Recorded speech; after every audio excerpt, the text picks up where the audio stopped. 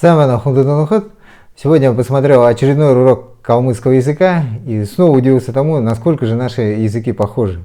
А мы еще иногда говорим о том, что носители разных диалектов бурятского языка не понимают друг друга. Давайте для того, чтобы убедиться в том, что это не так, рассмотрим калмыцкий уреол.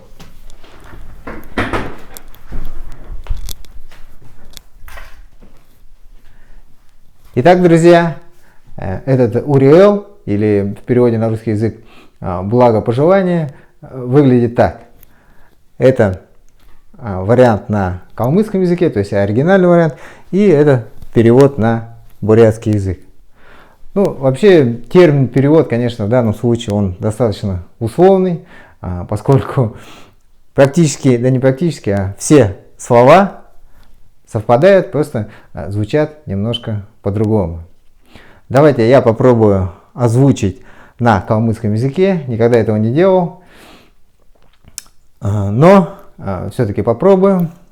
Итак, Авсын насынтын өлзіті, цаган халғыта болтха, өлзі кишікті күртіжі, ұлты насылжа бәтің.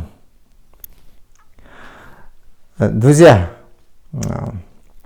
мой совет тем, кто не говорит на бурятском языке, потому что не уверен в своем произношении, немножко стесняется.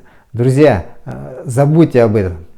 Самое главное, чтобы вам самим было комфортно произносить звуки. Мне, например, понравилось, как это будет оценено со стороны уже меня хамаугы, как говорится по-бурятски. Это такой психологический момент. Но есть и утилитарный момент, который связан с тем, что когда человек говорит с напряженным речевым аппаратом, да, то у него вряд ли что-то получится хорошее. Да? Это так же, как в любом виде спорта. Если у спортсмена мышцы напряжены, то вряд ли он добьется успехов в своем виде спорта.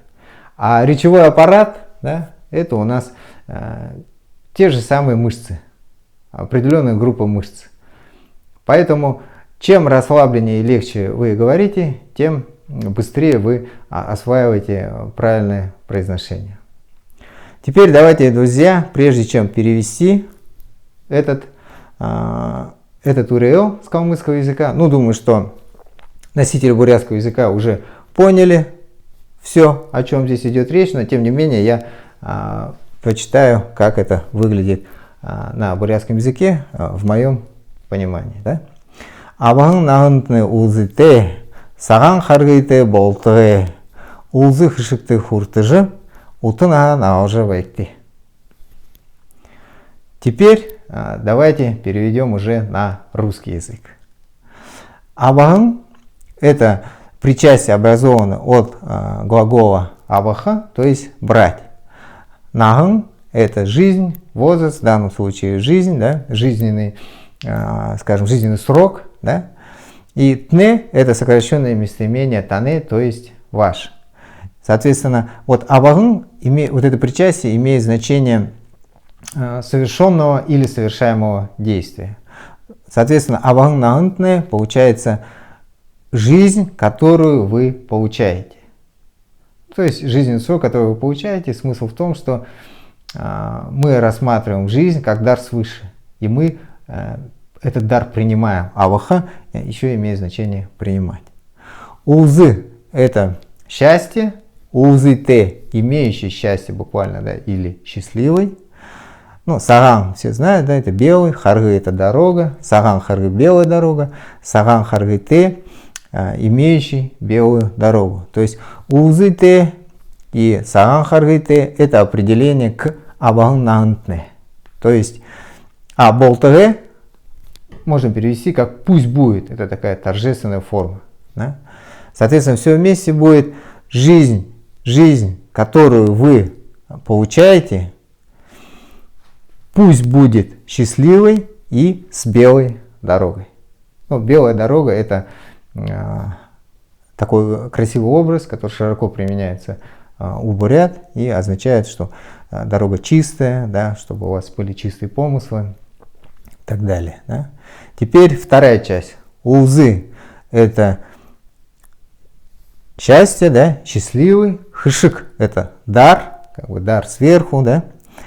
Улзы хышик – это счастливый дар. Хуртыхы – это глагол имеет значение удостаиваться, одно из его значений, да. Соответственно, это можно перевести улзы хышикты хуртыжы, удостаиваясь счастливого дара. Дальше ута нага. Ута – это длинный, нага – это вот то же слово нага, возраст, да, только в винительном падеже, поэтому n здесь выпало. А нагалжа – это деепричастие, образовано от глагола нагалха, то есть нагалха означает как бы проживать свой срок. Да?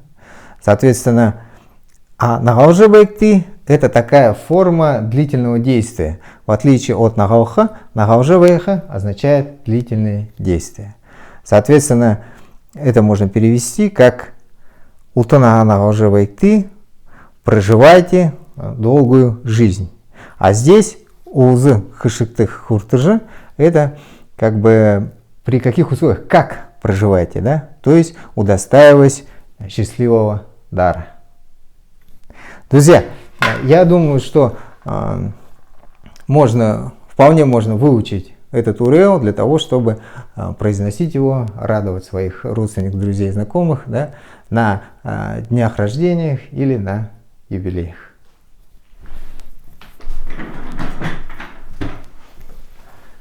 Итак, друзья, мы с вами убедились в том, что калмыцкий и бурятский язык очень близки. И, соответственно, вряд ли стоит говорить о том, что буряты, владеющие разными диалектами, плохо понимают друг друга. Друзья, осваивайте бурятский язык, это поможет вам понимать не только своих соплеменников, но и общаться со всеми представителями большого монгольского мира. Дахилмузатра Байтте.